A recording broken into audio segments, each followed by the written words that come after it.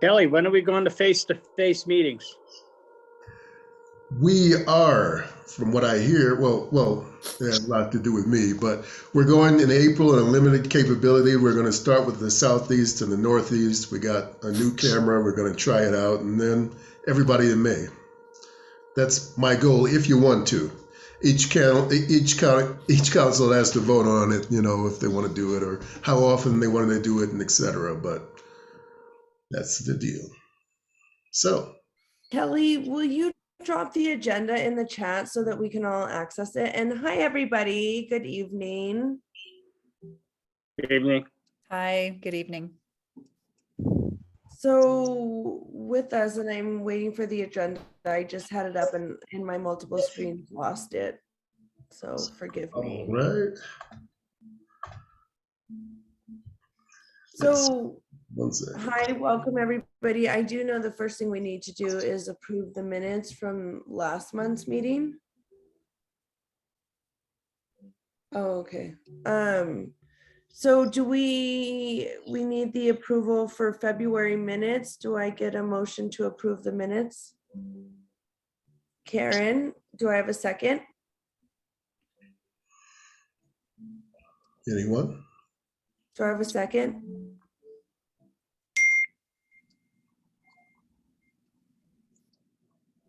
No second to Jeff? I didn't see Tom? it. I didn't see them. Do we have a copy of the minutes, Kelly? We can put it off until our planning meeting. We can improve it really fast then if you'd like. Okay, cool. Thank you. Okay, so the agenda is in the chat. Does everybody see that? And can I get a motion to approve tonight's agenda, which Kelly has put in the chat? Motion. Thank you, I Jeff. second it. Can I get a second? Okay, thank you, Tom. I second. Thank you. Okay, and we have I don't know if substitute, but we have Lieutenant Amy Sedler filling in for Lieutenant Saladin, and she is going to very thoroughly and quickly give us an update because it's been a long day and week and month, and so thank you, Lieutenant. Absolutely. I don't know about anyone else, but I am suffering from the worst allergies this week. So bear with me if I have the sniffles. Like Marcella said, I am filling in for Commander Saladin tonight. I've been on here numerous times, so you guys probably have seen me before. I think it's only my second time presenting, so bear with me. A little for the folks that don't know me, I've been on the department for 18 years. Those 18 years have been in field services. I've worked every area command minus the Southwest. I'm actually a resident in the Northwest and have worked here a couple times, one as a patrolman, but also as a lieutenant. So I worked here last bit as a lieutenant and then this bit again as a lieutenant. So thank you all for having me. I appreciate it. I'll start with just a couple statistics for the Northwest. So it looks like we're down in auto burglaries, which is really good. We're only down by 2, but 2 is 2, right? That's awesome. So we're also down in residential burglaries. From January, we had 14 residential burglaries, and then now in February, we went down to only 9. So -5, that's another plus. We also, again, went down in stolen vehicles, which is great because throughout the city, you guys know that stolen vehicles usually are very high, but for the Northwest specifically, we've gone down. And we went from 53 to 42. Commercial burglaries, we went up by 1. We had 7 in January and went up to 8 in February. Sorry, I say a lot. You don't realize that until you catch yourself doing it. A couple other things, something positive for the Northwest is we have increased our traffic stops by 16%, and that's huge. I think just presence alone and folks seeing police being proactive on the streets really deters crime in itself. Proactivity is up by 87%. That's huge. That means officers are getting out there. They're actually seeing the suspicious activities. They're stopping these people and stopping the crimes before they happen. So that's huge. And I want to actually give kudos to Sergeant Chris Posha, who came to the Northwest PRT team, proactive response team, when the bid started in February. And he has brought motivation and just increased proactivity to the team. And it's really showing the numbers in the Northwest. So that's huge. I do want to touch on robberies. Robberies have gone up 100% from this time last year. So be aware of that. Be aware of your surroundings. Obviously, don't get involved, but please, if you see something, say something and be a good witness. Get good descriptions of people, vehicle descriptions, license plates, direction of travel, and telephone the police. Something I do want to touch on with that, though, with the help of the APD robbery unit. Sergeant Folfelbon from robbery has created a TAC plan, a joint task force with the FBI, as well as, and I'm going to look at my notes really quick. Looks like, so it's a joint task force with ISU, FBI, and right now they're currently working in the Northwest. So Monday through Friday, these guys are going to be out there. They're going to be in undercover capacities. And as these robberies actually come out, they're going to be responding immediately to those robberies in progress. So I'm hoping, just with the fact that we have these undercover officers out there and available, that we can start to decrease these robberies. On the federal side of it, because we're doing the joint task force, all federal crimes, so thinking like bank robberies, any federal firearm offenses, the FBI will immediately take those cases. So that's huge. Auto thefts are up 7% in the Northwest from this time last year. So even though we're down in auto thefts, I believe, if I can refer, yeah, we're down this within a month. However, we're up 7% from last year this time. Something else that the Northwest is implementing is a traffic TAC plan, which is going to consist of cores from 528 to Paseo del Norte, as well as Universe from McMahon to Paseo. And again, I think just by increasing that presence and people actually seeing the presence on the streets, it's going to deter crime in itself. And so we're going to do that for the next 3 months from March 1st all the way through May 31st. So, oh, one more thing. Coffee with a Cop is going to be March 22nd at 9 a.m. And the location for that is going to be Donut Mart at 3301 Coors Northwest. So if you guys are interested, we'll be out there. That's it. Do you guys have any questions for me? That was a lot of information, I know. What do you mean by burglaries? What do you mean by robberies? So your robberies are going to be, they could be strong armed, they could be armed with a deadly weapon, a knife, a gun. So the elements of a robbery would be a theft of something of value by force, in immediate control of that person. Your burglaries can range from residential burglaries to commercial burglaries. So breaking the plane by force and entering unlawfully. Well, when you talk about it, that we have an increase. Are we seeing most of them in residential or commercial? Yeah, let me take a look at my notes really quick. So Lieutenant, if sorry, I could add to that, Pete Gallagher, Crime Prevention Specialist.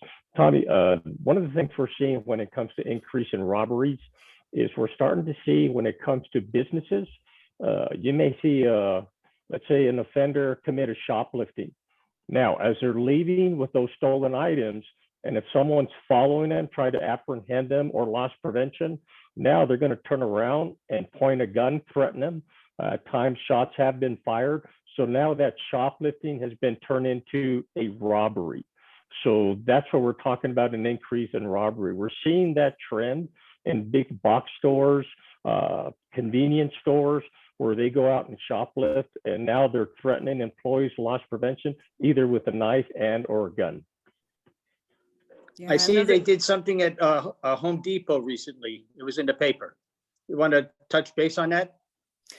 You know, Mr. Boris, I don't have that information on Home Depot. Pete, do you have any information on the Home Depot?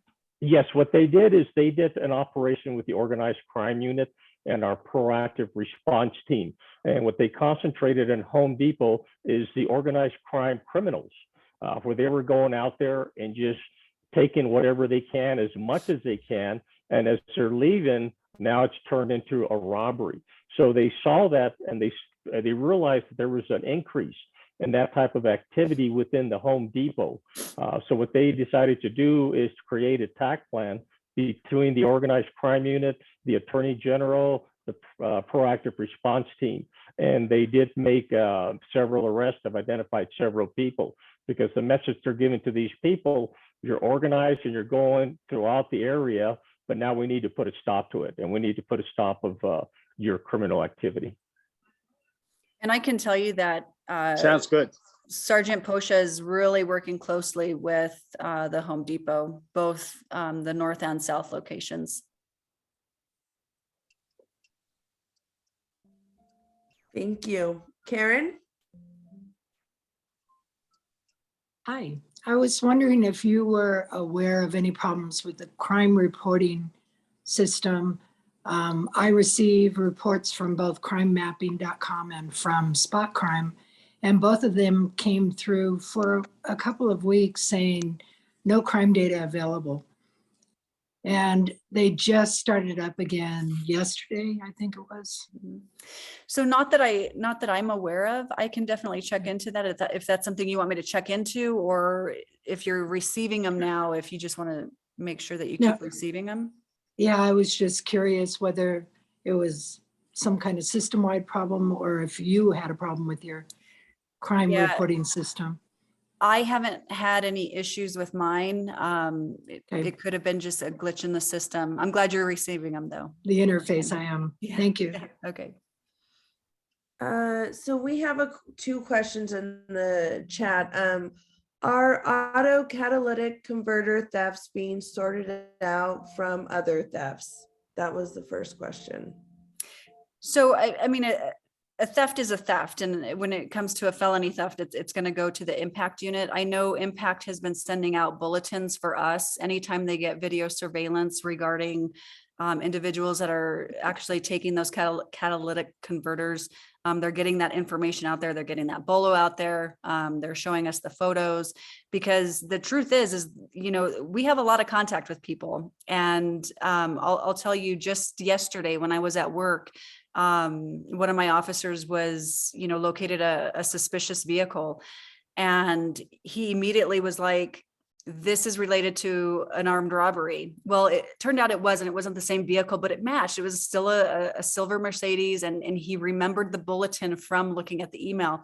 So anytime we do have video and it gets out to us, it really does help the officers, you know, locate these individuals. So yes, they're being sorted out separately. However, it is still a theft. It's still a felony theft. Thank you, Lieutenant. The next question is, any help on the horizon for mailbox theft? I'm sorry, for what theft? For mailbox theft? Mailbox theft. So that's something that's going to have to be referred to the Postal Service. We don't have jurisdiction over mailboxes. Obviously, we would probably be the first to respond to it. The post office doesn't respond to I guess, active crimes. So it's definitely something that we would respond to. However, they would have the information regarding the follow-up and if they have anybody in custody or if they're working any cases. Do you respond at 911 to a mailbox theft in progress? Oh, absolutely. Absolutely. Because it is still a felony offense, right? It's a federal offense. However, we just don't have jurisdiction to take those cases and to follow up on them and close them out. Thank you. The next question is, what is the dollar amount that separates felony from misdemeanor theft? So the dollar amount's going to be $500. Okay, thank you. And then we have numerous homeless encampments near Redlands Park where there are lots of kids attending Little League. Is there any chance this could be addressed? Absolutely. So we have a new resource available to the public, which is ACS. And I apologize, I don't know what the acronym stands for, but if you call 311, and I actually attend these meetings weekly. So if you call 311, report the camps, a social worker will go out there. And as long as there's no crime being occurred and it's just somebody that's encountering homelessness, they will go out there, they'll offer them resources. Basically, they give, the warning if they're on private property. And they really work with these individuals to get them housed and off the streets. So 311 is a great resource. Okay, and then I just, will Northwest Command bicycle patrols return to the West Bluff area when temps warm up? They were very helpful. The question just went away. They Yeah. were very helpful. Okay, so that's good information to know. I'm glad that you guys like seeing the bike officers out there. Unfortunately, this bid, we don't have any bike officers, and I can't tell you if that's due to our manning or what the issue was that they got rid of the bike officers for Northwest. I know every other area command does have them, but I can check with Commander Saladin and find out if the plan is to bring them back. Thank you. Just quick comment here. I seen where I want to call it a positive comment, where they see increase in law enforcement on traffic in Northwest our area, and I want to thank APD. We kept continuously at this forum. We kept on saying we want to see more officers, and I believe we're up to 57 now. Is that right, Lieutenant? 57 for the Northwest Command. I don't know the exact number, but if you give me a brief second and some awkward silence, I can definitely pull up the information. Is that something you want me to do? No, I had it written down from where the commander. Okay, then that's probably briefed at the last time. So that's probably accurate. Yeah. No, and I just wanted that panelist, the person on there, to know that we've increased. I can remember when, and Tom, correct me if I'm wrong, we were down to 35 at one time. Mm-hmm. And I can tell you that they did request an update but today. we've increased the numbers in our area command. I remember when we were down to 3 cops on a Saturday. Yeah, we definitely are doing the best we can with what we have. We're short everywhere. And doing a great job. Thank you. The world is wonky right now, like I tell my kindergartners. Does anyone have any other questions for the lieutenant? If not, we can let her go. Okay, thank you so much, Okay. Lieutenant Sedler. Thank you. I appreciate each of you. Thank you for having me. Okay. Bye-bye. Okay, now for the presentation of tonight's topic. Who wants to take that over? Jeff? Kelly? Okay. We have had a lot of controversy in Albuquerque recently about use of and what it is and what it was before the CASA, and there's a lot of issues as to whether use of force charges are hamstringing the police department, and whether there is some sort of lessening of effectiveness because of use of force and this sort of thing. If you read the newspaper, it's been going back and forth for a while as to exactly what use of force is, and people don't understand it too much. So tonight we have Richard Evans from APD to discuss use of force, the different levels, and as to exactly what happens when we have a case from the complaint all the way through the process of use of force. And also we have the executive director of the CPOA, Diane McDermott, to discuss the role of the CPOA in all of this. So Commander Evans, take it away. All right, good evening. Can everybody hear me okay? Okay, good deal. Yeah, so I want to start off with a few definitions. I want to start off with some fundamentals because I like you all to fully understand kind of what force is and how we investigate it and how it differs from when I was a P1 out in the field myself. So when I first came onto the department, we had what was called a reactive control model that basically had little cartoon figures of a police officer and a subject. And it would say, subject does this, you can do this. And it had a various force array and things like that involved in it. And we used that for many years. Our reporting of force was kind of inconsistent at best. I mean, we would report injuries and like the tools that we would use, we would report it, but it was just a bubble sheet.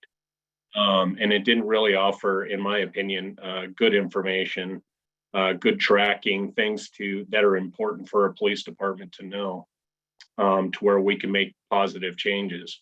So unlike maybe a lot of people, I'm a fan of constitutional policing, and basically we operate within the Constitution, and force is one of those things that can't be locked down by cartoon characters. If A happens, you do B.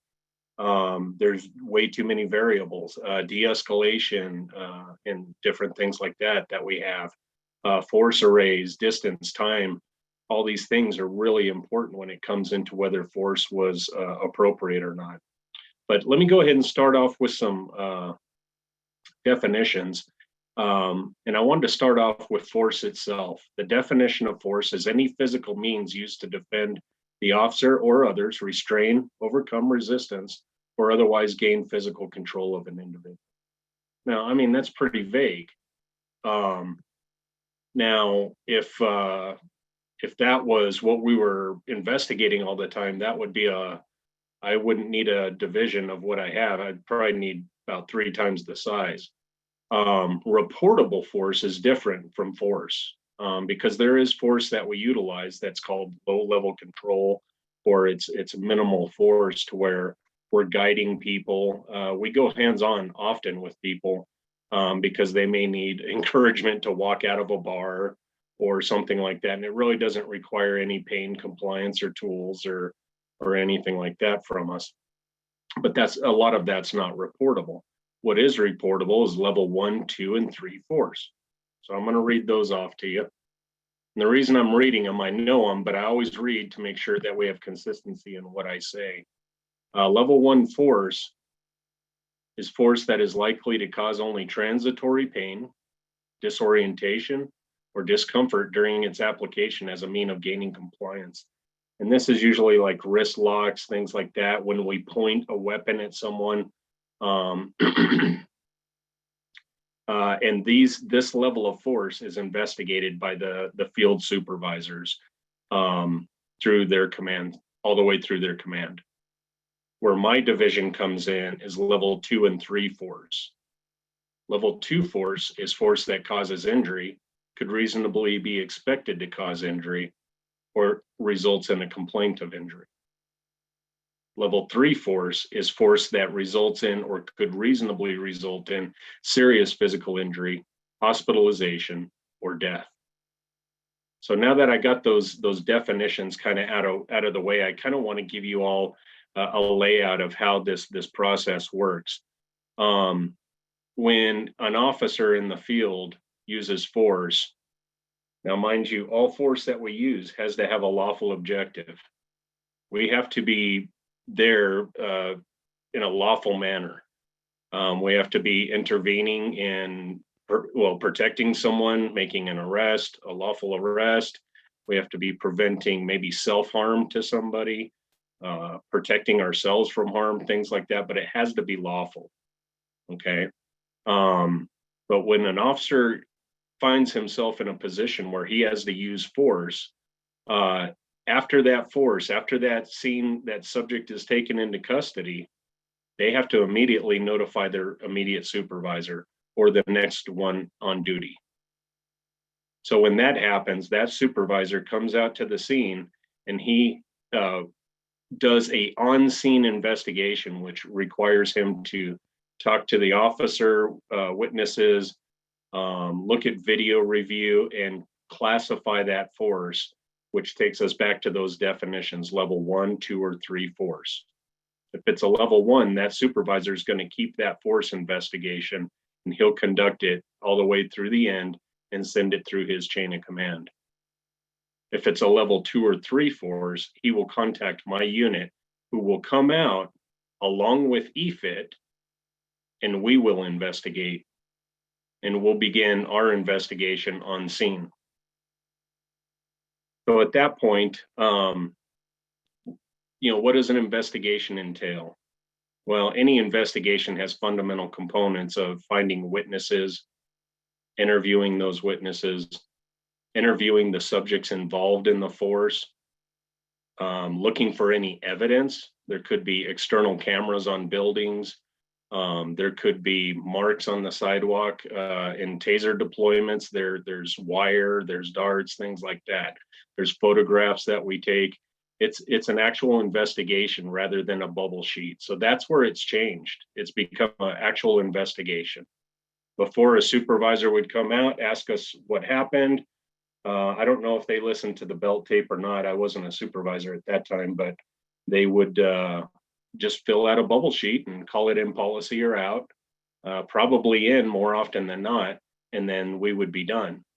Well, this process can go on for a while. The on-scene investigation is not intended to take a long time, but depending how big the scene is, it can go on for a while. You can imagine the amount of resources it takes to begin an investigation and for officer-involved shooting, or like what happened this last week.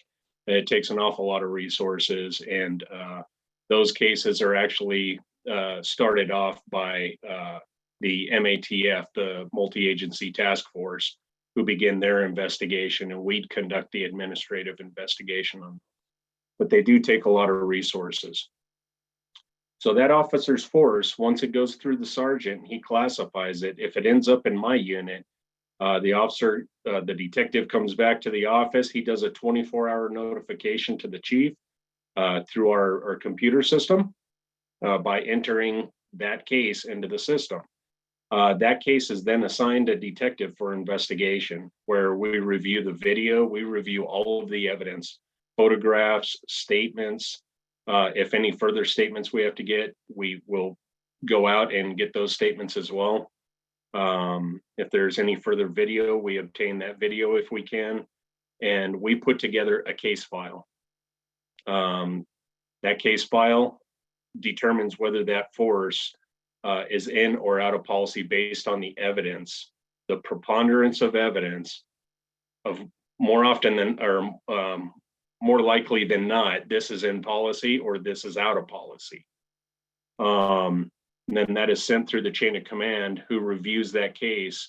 So with a detective, it would go to his sergeant within IAFD, and that sergeant would review it and then put his comments of maybe what he noticed was not necessarily deficient, but if there are deficiencies, he will add those to his report. If there's things that he agrees or disagrees with, he'll put that in his report, and then he'll complete that out and then forward it up to a deputy commander. The deputy commander has final sign-off for it, who will review that case. On rare occasions, it'll come to me if there's dispute, where I will have final say over it. But more often than not, it goes through the deputy commander for that command review. Once that case is done, if it's a level 3, it's sent off to the FRB for review. And if it's a level 2, a certain percentage of those are drawn for review by the Force Review Board. After the force review board is done, I believe it goes off to Miss McDermott's house. That is the natural transition of an IFD case. The field, it goes from the sergeant who's doing the investigation to their lieutenant, who also does their review. They watch all the video involved, and I've been that lieutenant. That's an awful lot of video to review. And then it will go to the commander for their input and concurrence or lack thereof. And then it's sent off to the performance review unit, which is also part of IAFD for tracking and review as well.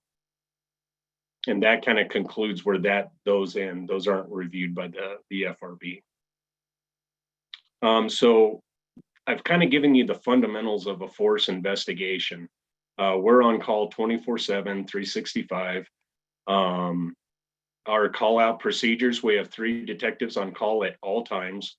And the call is started off by a supervisor requesting the IFD on-call supervisor. They then call the on-call supervisor, who then will decide whether that is a case for us. And if it is, then he will assign a detective to respond to the on-scene. He will then notify EFIT, who will respond aside them for their portion of the investigation. Is there any questions on what I've talked to you about so far? Sir, for those of us who may not know, can you go a little bit more into EFIT and how it is working along with them? Yes, absolutely. So EFIT, of course, we were facing potential contempt charges in federal court. When I arrived at IFD, it really was in some pretty serious disarray. So I can kind of see where this was all stemming from. But part of that was we were ordered to procure an external team to basically teach us how to do investigations. For lack of a better explanation, they shadow us, they teach us how to do investigations. EFIT is comprised of, they have their administrative staff, and then they have a supervisor, and they have their investigators. Their investigators always shadow my detectives when they're called out. So they advise my detectives, which is especially useful with new detectives. There's no way I would have those type of resources if it weren't for EFIT. There's no way I could have the resources to send with a new detective. So some of these guys were chief of police, they were commanders over IA, and they're going out with my brand new detectives because my team is relatively young. They'll go out with my brand new detectives or civilian investigators, and they will coach them through these investigations. The relationship that we have with them is a very good relationship. And they call us on things that they think are deficient, or they identify areas of improvement. For instance, when they first came on, they sat down with the then commander, Corey Lowe, who's now a deputy chief, and they created what's called a process narrative. And that process narrative basically takes you through a full force investigation response from beginning to end. And any violation of that takes us out of compliance with the EFIT process. Okay, so even though the case may be in compliance, we might actually have a really good case. If we miss one of those steps, and there's quite a few of them, if we miss one of those steps, it can take us out of compliance with the EFIT process. Well, the good thing about that is that's repeatable. I can take that and I can repeat that when they're gone, and which I intend on doing. We have this process for evaluating these cases now, which is very valuable. I don't know if they had anything like that before, that wasn't really subjective, I would say. But this is a repeatable process that it either falls within this process or it doesn't. But it does also come down to very small things too. If an officer forgets to put a name on a witness statement, they're taken out of compliance for not putting that name. If they do not complete an investigative plan properly or thoroughly, they're taken out of compliance for that case. So it's a very strict standard, but it's a good standard to have. As you can see, I think you've probably seen a lot of the reports that we've been doing actually pretty well, getting all of our cases in, and the cases are really well investigated. The team is running much better. Does that answer your question, sir? Yes, absolutely. If you had the opportunity yourself, let's say in a fantasy world, to make a couple of small changes that would make things better in terms of APD and use of force and compliance, what would you do? If you can answer that, I don't know. You know, I can tell you some of the struggles that we've had was when I took over the division, I had 8 detectives, and it just wasn't enough to keep up. The detectives that I had lacked training, serious training. And not that they weren't trying, they were doing their best. And I'm sure everybody that came before me did their best. But it really was in a bad way. Now we're mandated to have 25 investigators. I have 11 civilian investigators, and I have 14 detectives. We haven't gone below that 25 since August. Since we achieved 25, we haven't gone below it. That would have been my wish list back then, that I had people, that I just had somebody to train. Now it's a matter of, I have a very young team. So with a very young team, you run into very silly sort of interpersonal things going on, and you just you're trying to coordinate all these new personalities and get them to coalesce. You know, I think the process is working really good, Kelly. We're responding very quickly to the scenes. We're clearing those scenes within an hour. So we are not keeping, on our investigations, we are not keeping field officers there for over an hour on most cases, I would say. And I think it's actually going really smoothly. All the cases that we investigate, we've turned in within 60 days, or the detectives have, and we've completed all of our cases within 90 days. Now, EFIT has petitioned to take several cases from us. Out of those cases, I think maybe one of them actually they had to complete, but all the other ones they took because they didn't think they were going to hit timelines, and we actually ended up meeting our timelines. So I think we're really on a good pace right now. We're not where we need to be, and I'm fine tuning it.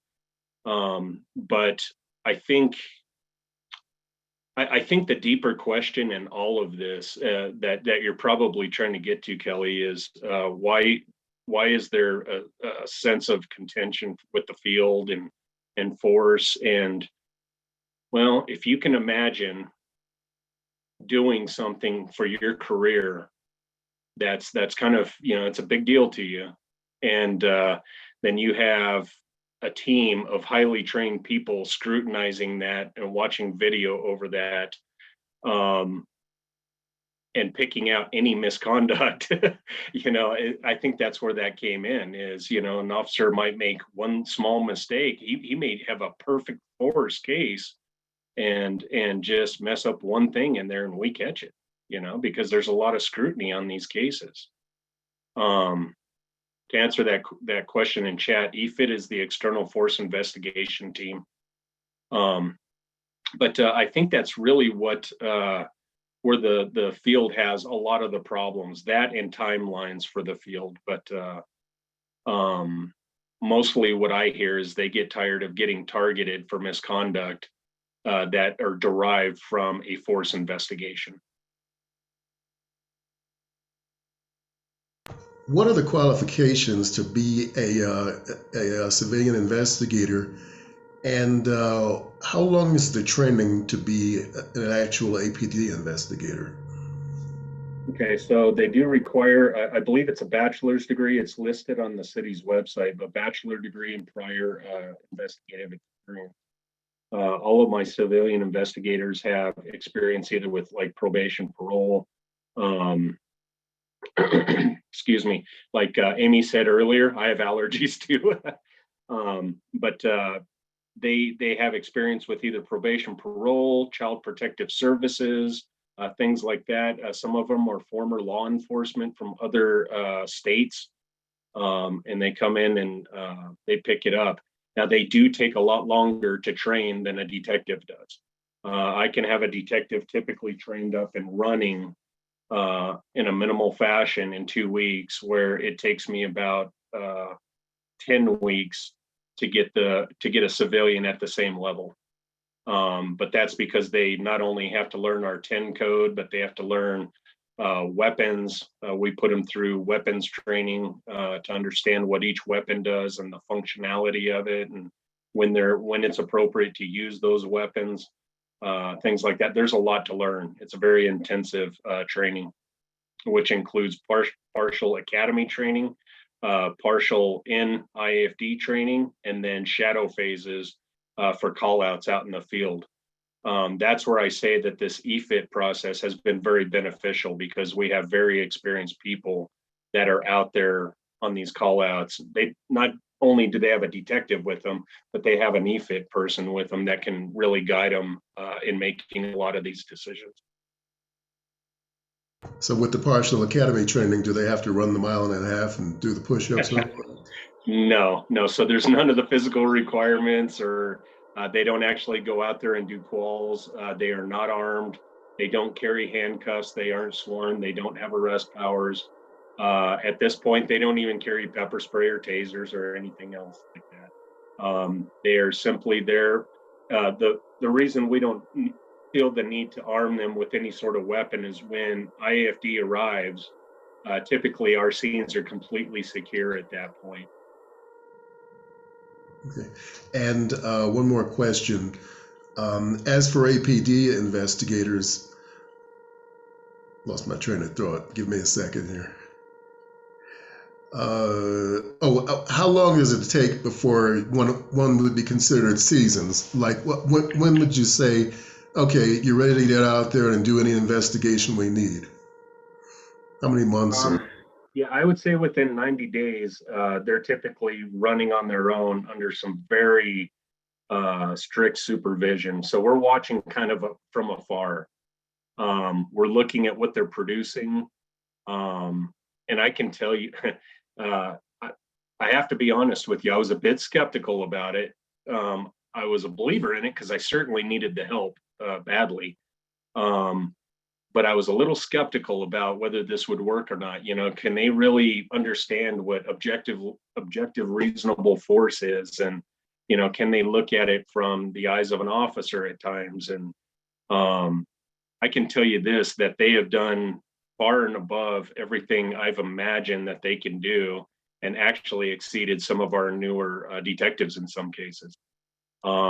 But yeah, after about 90 days, they're out there running and taking their calls and working their cases on their own. But we are watching them, and that's part of our process. Is we meet with their supervisors, meet with them multiple times a week, review the cases. They're always plugged into each one of these cases and the status of it, because these timelines are important, but the quality is important too. We have to make sure that the detectives aren't bypassing investigative steps just to hit those timelines. That was another thing I was afraid of. But that hasn't been an issue because we're getting the supervision down. But it is a completely new learning process for the supervisors, the first line supervisors, the detectives, these civilians. This is a completely new division for all intents and purposes. And I can tell you, it's interesting to watch it start to come together.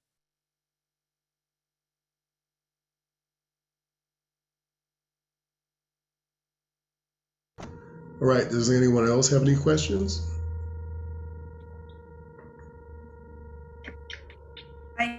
Do you see, is there a mentorship between patrol and detective during this process?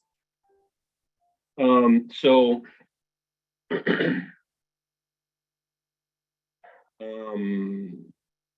not quite sure what it means. I can explain a couple of different things. Detectives are pulled from our patrol field typically. So when I put out a position opening for a detective, I'm typically either hiring an experienced detective from another division, or I am hiring not a rookie officer, but a rookie detective out of the field. So he may have been a patrol officer, or she may have been a patrol officer, and now they're interested in becoming a detective. So I'm not sure about any mentorship as far as that's concerned, but they're usually pulled from the field at some point. We all start off pushing a black and white. I'm sorry, driving a patrol car through our beats. All of us do. And then we sometimes end up being a detective or promoting, or all the above. I've read that generally, as a rule of thumb, IA is one of the most difficult slots for the police to fill. Is that generally the case you find?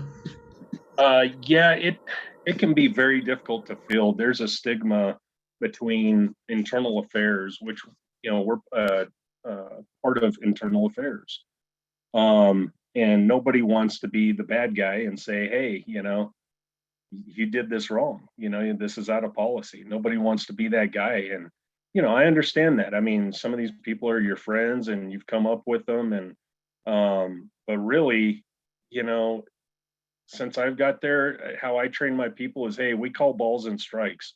That's it. There is no opinion involved in it. If there's a violation of policy, that's what it is. There's no two ways about it. And if it's not a violation, then so be it. It's not. But our job is to call those balls and strikes. And a lot of people have difficulty with that. You can imagine, if you're an officer and every time you show up to IA, you're walking away with, probably not a great feeling in your belly. And then they have an opening. Yay. You're like, that's the last place I'm going to be putting in, I don't feel good about going there in the first place. But we do try to create some incentives. I can tell you that the detectives and the civilian investigators that we've trained are probably some of the best trained in all of APD, including homicide and everybody else.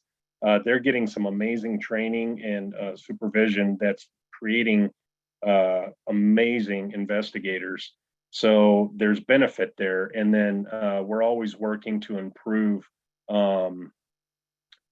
the position to where what I would like to see is that they get points on a promotional exam if they come to work for IA, because that is part of being a supervisor, is calling those balls and strikes and saying, hey, you messed up, kid, come back in line, So I would like to see things like that come on board, and I'm always pushing for that sort of thing. They have offered some incentives in this new CBA that if detectives stick with the division, they get bonuses every year, increasing bonuses. I think it's up to 5,600. I think after several years, it can bonus up to that amount. But they also offered that to the field if you stay with the same area command. So that kind of took away a little bit of my thunder, but hey, I'll take what I can get, right? Exactly. Thank you. We have another question, quotations, an outside investigation team. What personnel is the EF comprised of? So the EFIT, so EFIT, there's always a lot of misunderstanding about what they are. They are a business. That's what they are. They're a business. They have an administrator, and he has some partners involved and some supervisors, and then they run people that they've gathered up from all over the country. From most of them, I want to say they're commanders and up. Most of them are, and he put together this team, and then they developed a system of how to train agencies that are having difficulty with investigations. So if you look at it, that this is a civilian business that Albuquerque has hired because they were going to be in contempt if they didn't.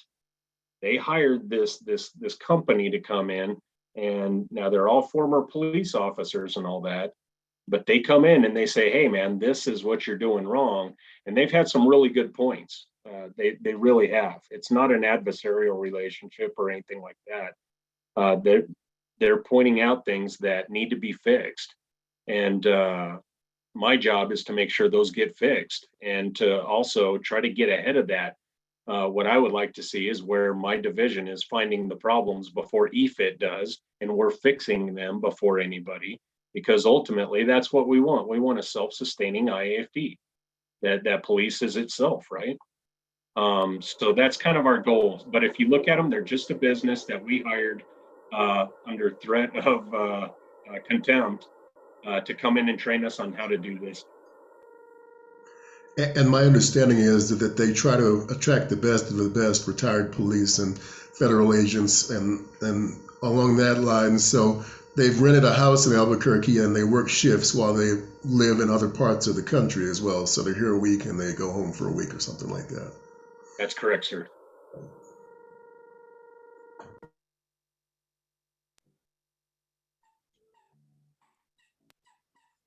Thank you so much. Is there anything, Kelly? I think that's good. We can go on to CPOA Interim Executive Director Diane McDermott speaking about the CPOA's role. Sounds good. Thank you so much. Yes, thank you, Officer, and excuse me, Deputy Commander Evans. I couldn't think of the title. That's why I didn't want to say anything. Yes. I was going to say Mr. That guy. I don't even know what I am anymore. Soon to not be interim anymore, I'm sure, but yeah, we'll see. All right.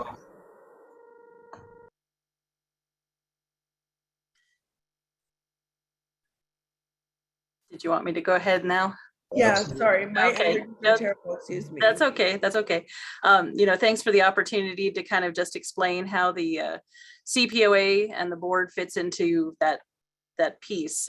Basically, the CPOA ordinance currently states that administrative office shall audit and monitor the indices of use of force by police that are under investigation, and shall prepare proposed findings and recommendations on all officer-involved shootings and serious uses of force as defined by the CASA.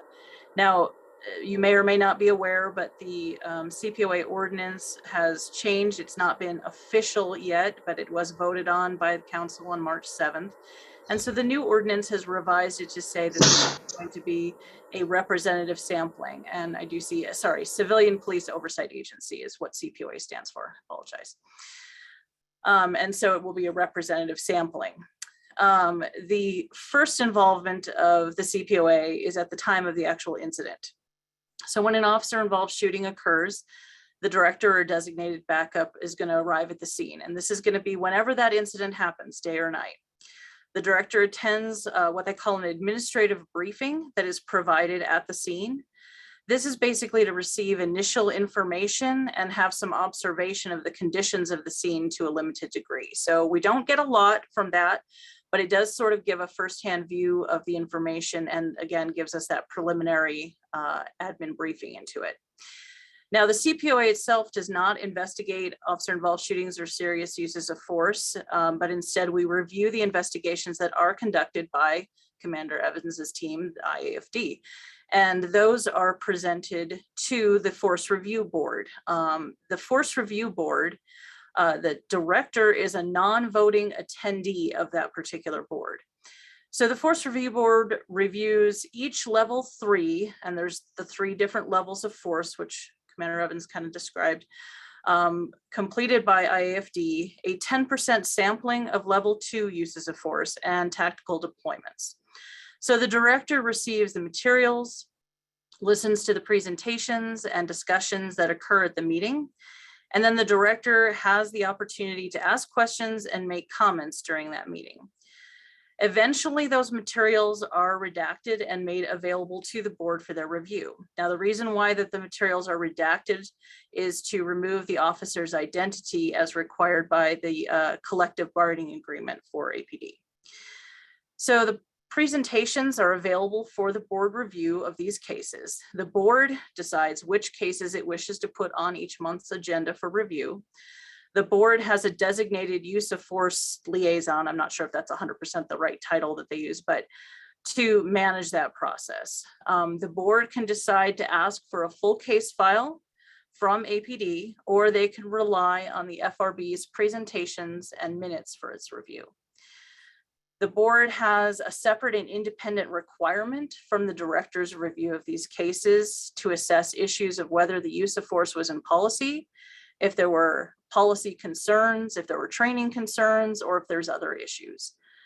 The board's independent legal counsel was asked to clarify that role of the director and the board regarding the review of the cases, and it was determined that the director's review and recommendations are not required or necessary for the board to take action.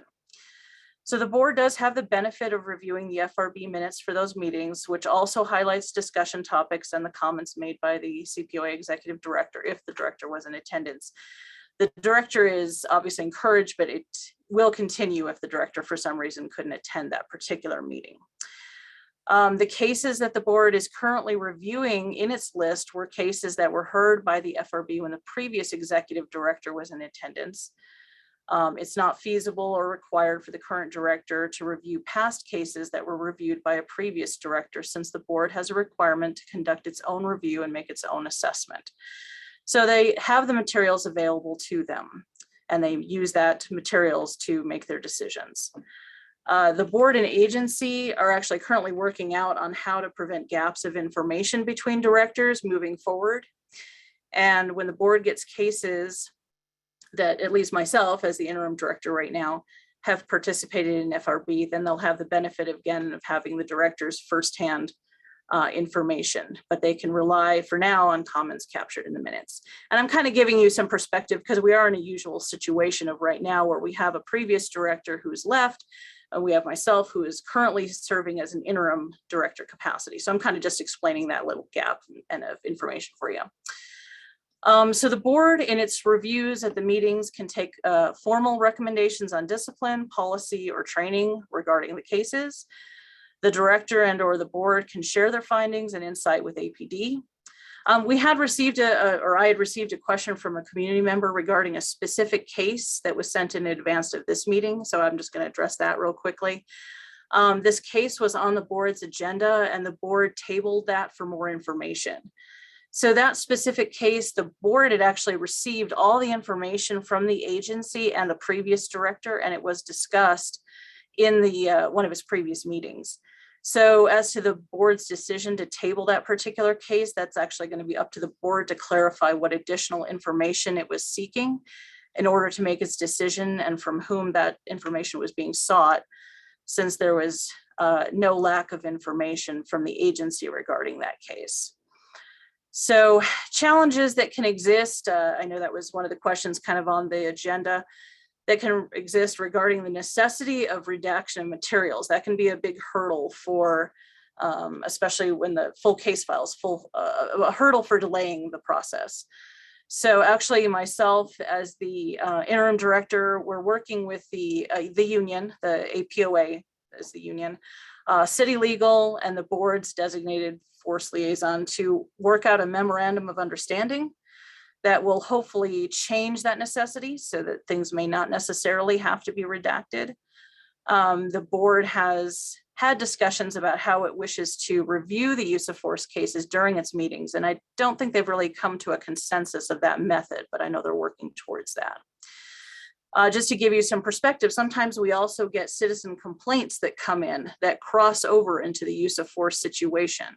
So what we do in that instance is we review that citizen's complaint and we take a look and see if there was a force investigation conducted again by IAFD to look at whether it is crossing over exactly, or if there are some additional concerns and issues that the citizen brought in their complaint that may or may not have been addressed in that investigation that was conducted by APD. So if all of the issues are addressed and covered, then the CPOA will not conduct a separate duplicative investigation. The monitoring team for the court-approved settlement agreement has instructed that the agency should not reinvestigate situations that have already been investigated. But we do make sure that the issues that the citizen has raised have been addressed and look for any differences. And we look to see if the investigation essentially does seem thorough and addresses everything. Much as Commander Evans had said for his division, the agency does the same when it comes to assessing both citizen complaints and the reviews that are conducted regarding the force cases, that decisions are made based on an impartial review of facts. We just are calling as we see it. Again, there was some question about generally in respect to CASA paragraph 271 and the overall goals of oversight. You know, the agency and myself as the interim director, we continue to investigate citizen complaints, facilitate the board getting the materials to review the serious use of force and officer-involved shootings. We make policy recommendations through both the APD policy process as well as board and CPOA initiated policy revisions. That's just to name a few things. Obviously, continual improvement is always happening with these processes. That's kind of a brief overview of how we fit into this role and process. Does anyone have any questions? I'm surprised we haven't been inundated yet.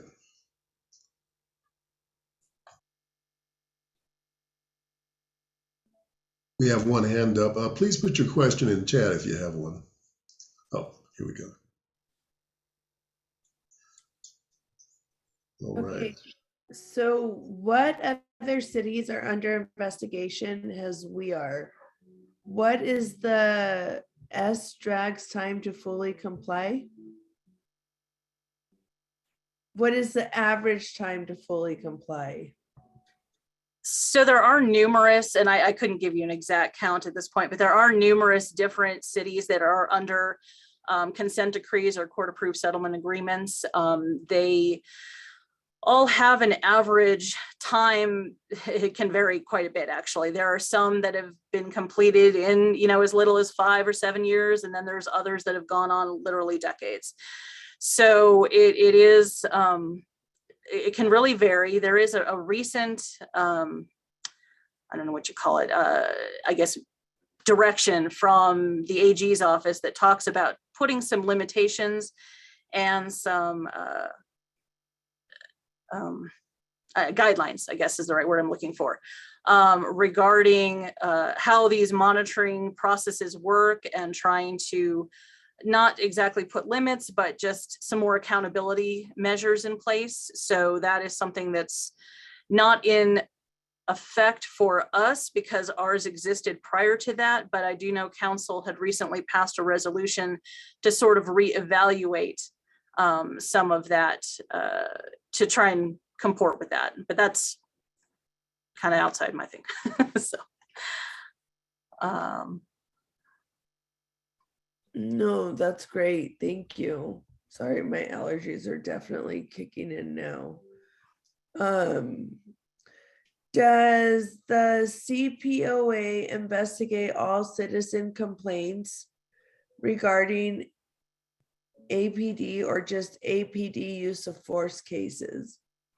So we receive complaints from citizens on all variety of issues. And so we review those and assess those and investigate all kinds of different issues, not just use of force. Thank you.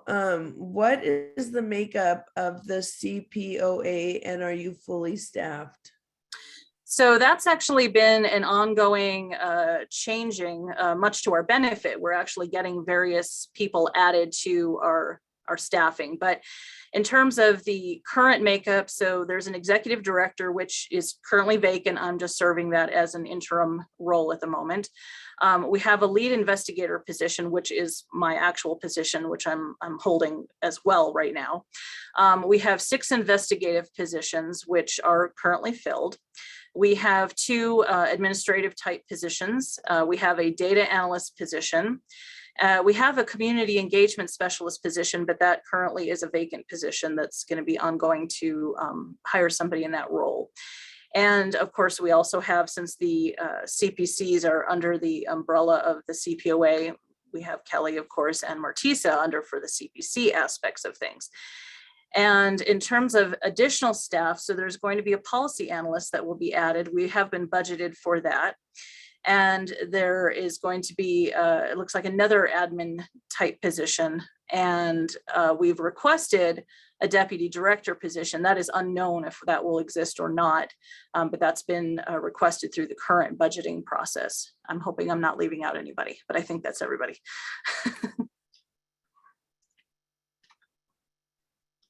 Thank you. And then what has the cost been so far?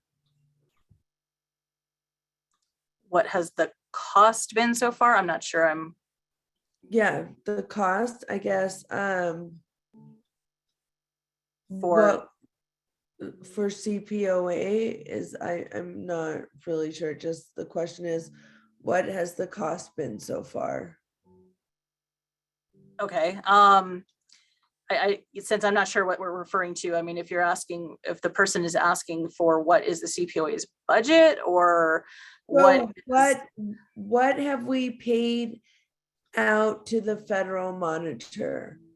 Oh, I'm afraid I don't have that exact number handy. That's going to be a question more for other people. I mean, I don't have it handy right now. Okay, thank you. Kelly, do you have anything? Yeah, we have a PhD level question. Please explain community policing. What does that involve? That's that's a very simple question, but it's also very difficult to define because in a lot of people's minds, the answer to that question is different. Policing in general in the United States worked in one way for 100 years or so. And the basic police model is changing now, in which they want the police to be more integrated with the neighborhoods in which it serves. Police, for better or worse, have rather seen themselves as separate entities in a lot of ways. And community policing involves a back and forth between the area commands and the neighborhood it serves and the police force, in which we're working hand in hand rather than one separate entity looking over the neighborhoods. And that's somewhat vague because you could ask 5 PhD criminologists these questions and they'd all give you different answers. As for our goal with the council, there are 6 councils, and each council, depending on council members, have different goals. Originally, we were looking into a lot of use of force issues, and we still do, as we're having this workshop tonight, but also we're attempting to help the police department get better ingratiated with the neighborhoods so that there's more back and forth communication, and eventually crime will go down. So that's my fairly short answer to a very long question. Thank you, Kelly. Are there any other questions? Rose has had her hand up for a while now. Would you like to put your question in chat? Rose Keating.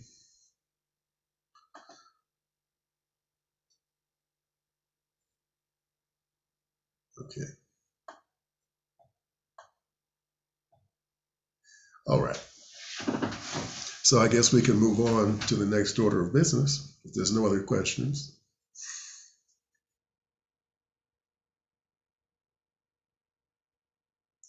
Tom? I put in a question. How are we doing with meeting the goals of the DOJ? Are we in compliance? There are various paragraphs that are in primary and secondary compliance. And in terms of the 3rd levels of compliance, there are still issues, of course, as the entire department, we're still not out of compliance. So there are lots of things that we're working towards improving, such as timeliness of investigations, which hopefully will improve and should improve since we now have staffing. For a time, we had only 2 investigators, and now we have 6. So it will improve dramatically when it comes to those things, as well as some of the other paragraphs. So continual improvement is definitely being made. And I would like to add, just for our own benefit, the Community Policing Council achieved 100% compliance last year. So that we are less than 2% of the total CASA, but it is kind of nice anyway.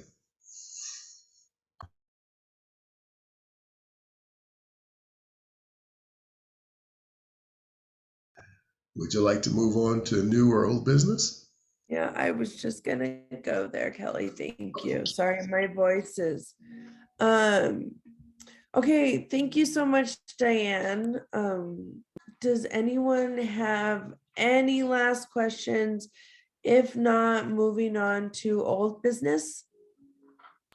Steve Epstein wrote, the CPOA has been in the news, city councilors considering changes. Actually, they did make changes at the last election. There's a lot of technical stuff involved in that, Diane. You don't necessarily want to get into that now, do you? I mean, no, there are a lot of changes. So, I mean, broadly, I can just sort of address that there's a lot of different changes that the council made to sort of guide the board in what its focus is that they wish it to be in. So they've kind of changed some responsibilities, limited a few other responsibilities just so that it gets the board in particular, but just the agency overall to focus on the things that are most important, which is policy revisions, serious use of force, officer involved shooting type of situations. That's kind of just an overview, very broad. There's a lot of other things, but it was passed on March 7th, and we are just awaiting for it to be signed by the mayor and or officially published.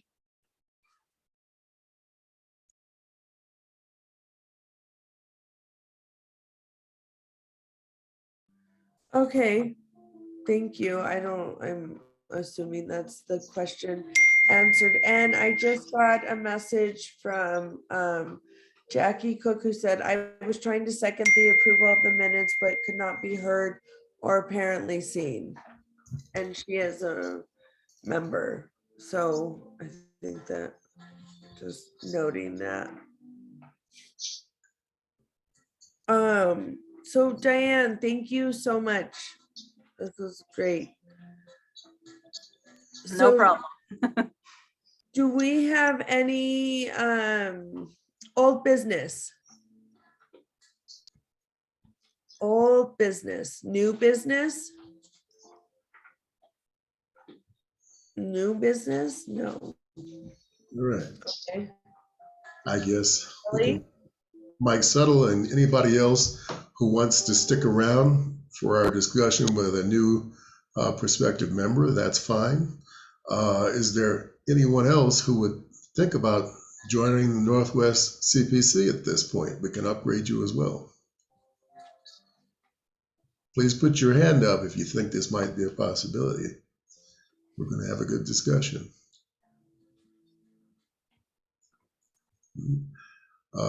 Otherwise, the informative process of our meeting is over tonight. You are free to stick around or you are free to leave. We appreciate everybody for logging in and taking part in this important discussion.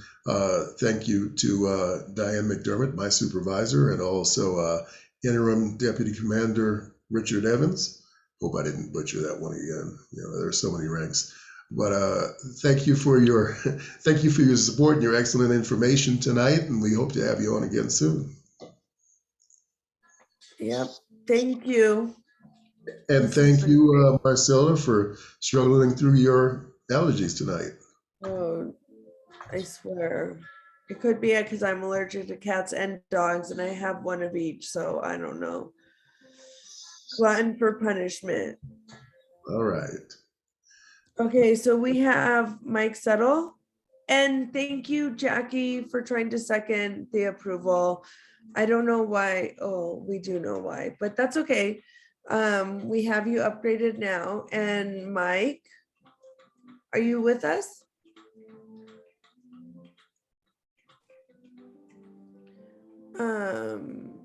I think so. Oh Can you hear- yeah, here you are. Hi, how are you? I'm just pressing the button. There we go. Okay. And yeah, no, we can hear you and see you. So, and you're coming from the was it the North Valley? Was it, or you tell us about you. Yeah, near North Valley. That's where I've lived for 30 years. And been the block captain there for, I don't know, decades, I guess. And, was part of that CPC, and we've moved. We're up here in a development called Mirror Haven up off of Unser, sort of. And so since I've moved out of, well, we're still moving, but we're living here now. I thought it would be useful to switch over commands. Oh, that's great. Thank you. Do you guys have any questions for Mike? Jeff, Karen, Tom? Oh, excuse me, Dr. Mack, I didn't see you on. Dr. Mack, Jackie, who has questions? I'll ask. Mike, what made you interested in joining this group? Well, this particular group, because I moved. I mean, and I wanted to be with a group that's in the area where I live. So I'm interested in, seeing what's happening, listening what's going on in where I live area. So as far as CPC in general, I like to be informed about what's going on in the city.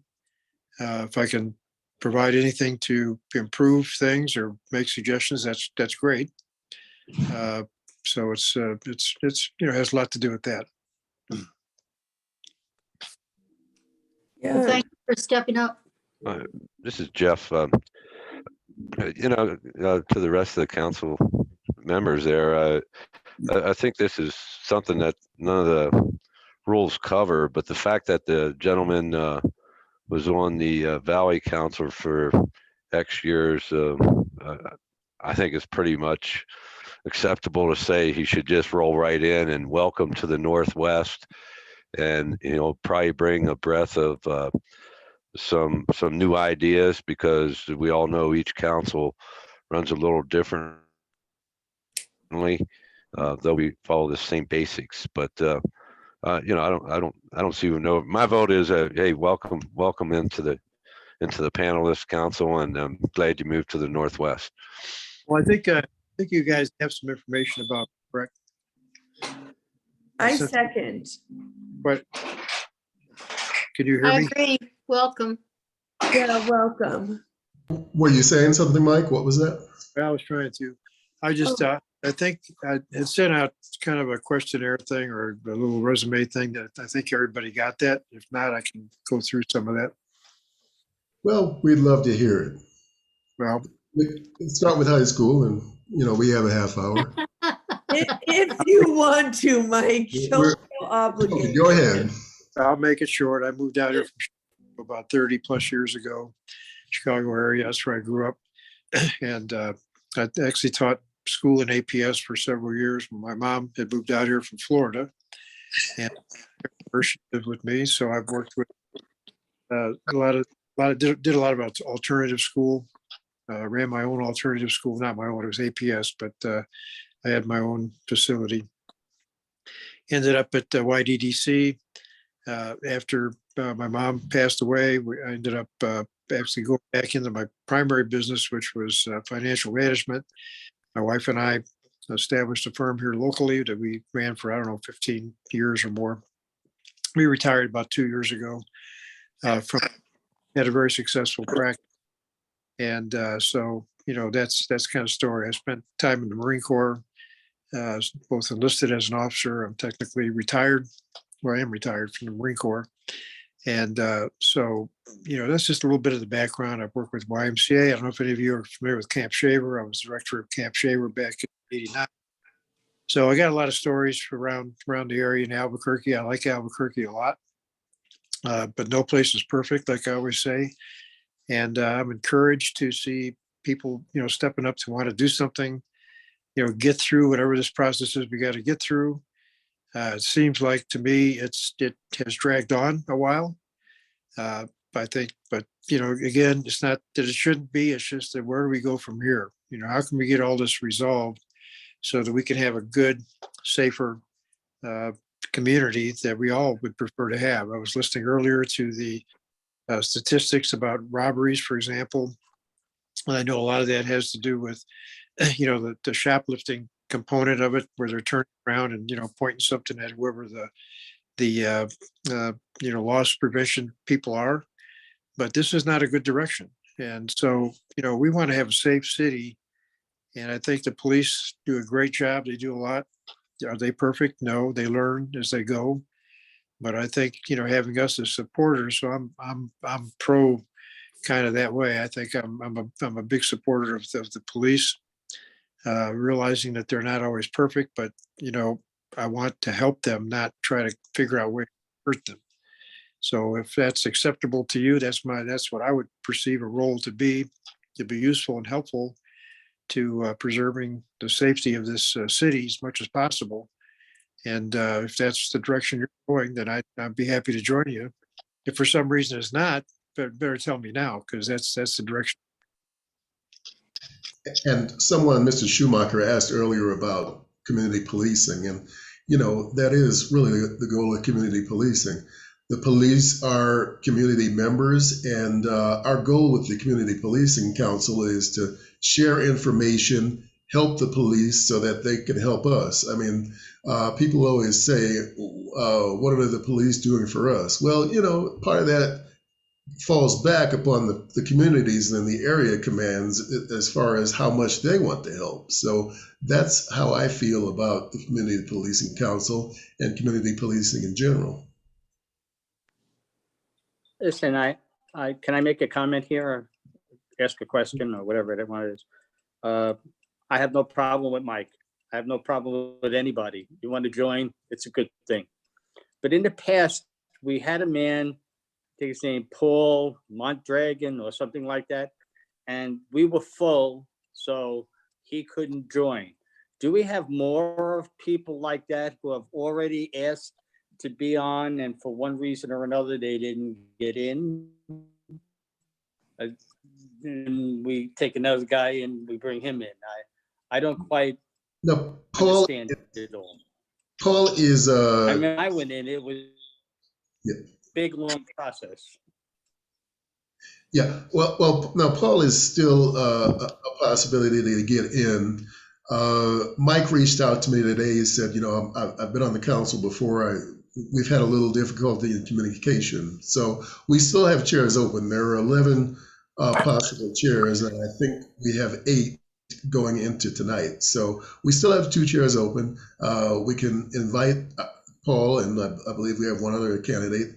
At our next meeting, we talked to Mr. Navarez last time. He said it wasn't quite right at this point in time, I think. But, we still have 2 chairs open, so there's no problem. Oh, okay. I didn't know if somebody got overlooked or if we just forget about somebody who didn't get in and then we take a new person who asked now. Right. Yeah. No, I think we're all fine, and we can invite everybody else for the planning meeting next time. Okay. I remember that when I got in, you had to go to the police academy, Right. Citizen Police Academy. It was a big, long process in order to get on this. Yeah. Right. Now it's relatively easy. I always looked at it as it should have been easier. If you're willing to donate the time, wow, that's great. Yeah, we still recommend that you do a ride along at least one ride along with the police department to know what they're. Are they still doing ride-alongs? Yeah, they're back to doing that now. They cut it out for a while for COVID, but if you'd like to schedule a ride along now, I believe there's not really an issue with that. So. And we used to have to fill out a form, and they would do a background check again. Yeah, they do a background check. You can't, for instance, have an open warrant if you get to a police car, obviously, because it's not going to work out well for you. But so yeah, that's one of the reasons that doing the community policing, civilian policing academy, I should say, is no longer a requirement because you're limited as to what you can have done in the past with that. And we're trying to encourage people from all backgrounds to join the council. So if you want to do the CPA, there's one starting March 29th. It may or may not be full. Yes. Back from this week, but if not, there'll be another one in a couple of months. It's a long commitment of 3 months, 2 nights a week, but it'll give you the information on every department with APD, And will you encourage it if you have the time? If not, that's fine. And the last thing I wanted to ask, you mentioned at the beginning of the meeting that we may go to face-to-face meetings in May. Yes. We have to like vote on it or something? A vote would always be a good thing. See, Tom, we make up a lot of this stuff as we go along, unfortunately. There aren't a lot of hard and fast rules with the community police other than each council more or less makes its own rules. So there's one council that may decide not to go back to face-to-face meetings at least every month, and that's fine, you know, but if you want to, we can take a vote and we can get on with that one. And also, I think we need to take a vote officially on Mike Settle. I vote yes. Yes. Does any, okay, is there any opposition to Mike Settle? Okay, welcome to the Northwest Community Police Council, Mike. Congratulations. Thank you. Do we have anyone else? Kelly, how do we schedule a ride along? You can talk to the area commander, who is David Saladin, right? There's so many of these guys that come and go, I forget, but Saladin. yeah. That's a good question, Karen. I wouldn't mind with one. Right. Yeah. So he will get you in on that. And there is some forms that you have to fill out, and that's common practice for any department that you're at along with. And yeah, they'll probably do another background check on you. That's common, but background checks aren't like credit checks. They don't go against you for anything. You can get 100 background checks a year, and it's never going to hurt you. Okay. So how do we feel about going back to face-to-face meetings in May? May or April? I should say hybrid meetings. In May? Yeah, we want to experiment with a couple of councils first in April, just to make sure all the bugs are worked out. And then in May, we will go back to whoever wants to do them. The first two volunteer were Southeast and Northeast. So my goal is to get the bugs worked out there, and then we'll go forward. Yeah. I'm all in. Do it at the Don Newton Community Center again. That's pretty central located Northwest. Yeah. And Yes. Okay. Kelly, you have to arrange that. Yeah, I'm going to arrange it, make sure we still have our time slot. We're going to go back to this in August, and then we had a surge. Said it was fine then, so we'll go forward, and hopefully that's all going to work out. It's going to be a meeting, we hope, in which if you want to show up to the Don Newton, that's fine, and if you don't, you can still do your you can still watch from your house while you drink a beer off camera. Not us, I'm talking to the attendees. So, you know, it's comfortable for a lot of people. You don't have to find a babysitter or whatever. We understand that. But if you'd like to come in and ask questions to the Don Newton Community Center in May, we're hoping to get this worked out. All right. I have a question, Kelly. Is the Zoom link for the planning meeting always the same? Yes. Yes. Can you send that to me again? Absolutely. I didn't get your email until after the meeting. Okay. I will make sure everyone has. Not your fault. It's Comcast, I think. It's one of those things, yeah. But I'll make sure everyone has the Zoom link to the planning meeting. Come with some good ideas. I'm hoping that we can book 2 shows, get 2 shows planned out in advance, and I can get them to the Office of Neighborhood Coordination so they put them on the calendar, and we'll get more attendance. As for anyone who is still watching, if you have any ideas as to what you think we should be covering, as to good topics, questions, formats, please let me know. I'll put my email in the chat if you don't have it, or you can talk to Marcela Duarte, who is the chair, and hopefully we can get some of those worked out.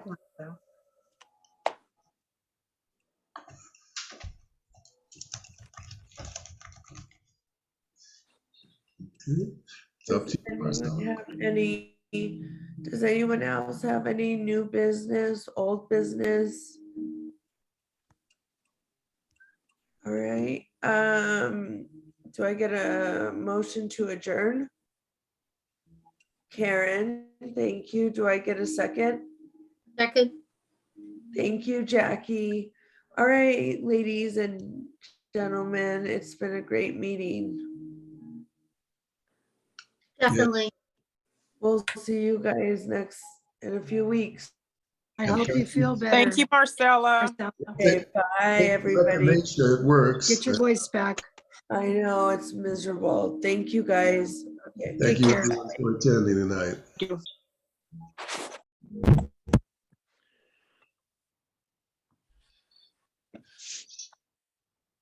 All right, that worked out okay, huh? Mike? Yeah, okay, Tom. I guess I'll see you later.